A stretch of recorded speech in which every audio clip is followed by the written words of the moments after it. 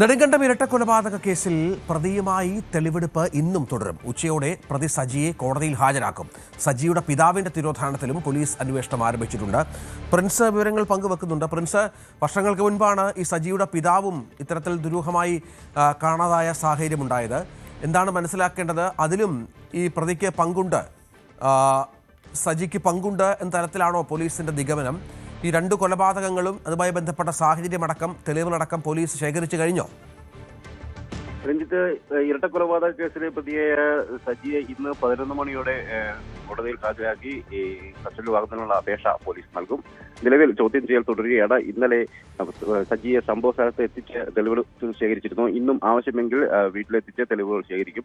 ഇതോടൊപ്പം കസ്റ്റഡിയിൽ വാങ്ങിയ ശേഷമാവും 2018 പിതാവ് തിരോധാനപ്പെടുന്നതുമായി ബന്ധപ്പെട്ടുള്ള കേസിൽ അന്വേഷണം നടത്തുക. അന്ന് 2018 സജിയുടെ പിതാവായ മാത്യുവിനെ കാണാതായത്. തുടർന്ന് അന്ന് കേസ് പോലീസ് കേസെടുത്തിരുന്നു. എന്നാൽ അന്വേഷണത്തിൽ കൃത്യമായൊരു പുരോഗതി ഉണ്ടാകാതെ വന്നതോടെ കേസ് അവസാനിപ്പിക്കുകയായിരുന്നു. ഈ വിഷയത്തിലും സജിക്ക് പങ്കുണ്ടോ എന്നത് സംബന്ധിച്ച് കൃത്യമായ അന്വേഷണം പോലീസ് നടത്തും. ഇരട്ട കൊലപാതകത്തിൽ സജി ഈ കൊലപാതകത്തിലേക്ക് നയിച്ചതിന് കാരണമായി സജി പറയുന്നത് സഹോദരൻ റെജിയുമായുള്ള വാക്കുതർക്കമാണ്. പ്രത്യേകിച്ചും മദ്യപിച്ചുണ്ടായ വാക്കുതർക്കം. സജി സാമ്പത്തികമായ ചില തർക്കങ്ങളുണ്ടായിരുന്നു. ഒപ്പം സജിയെ പിതൃത്വത്തെ ചൊല്ലി റെജി ഇടയ്ക്ക് കളിയാക്കിയിരുന്നു.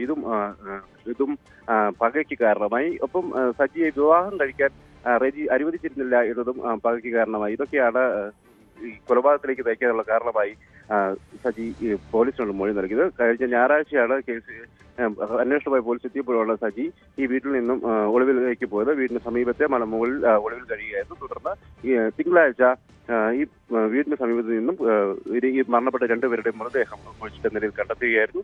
തുടർന്ന് ഇന്നലെ നടത്തിയ തെരച്ചിലിലാണ് സജിയെ വീടിന് സമീപത്ത് നിന്നും പോലീസ് പിടികൂടുന്നത്. എന്തായാലും കൃത്യമായ ഒരു അന്വേഷണം ഈ വിഷയത്തിൽ ഉണ്ടാകുമെന്ന് തന്നെയാണ് കരുതുന്നത്.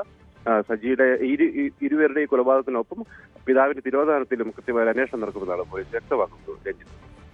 പ്രിൻസാണ് വിവരങ്ങൾ പങ്കുവച്ചത്. കൂടുതൽ വാർത്തകൾക്ക് News 18 Keralam YouTube channel subscribe ചെയ്യുക.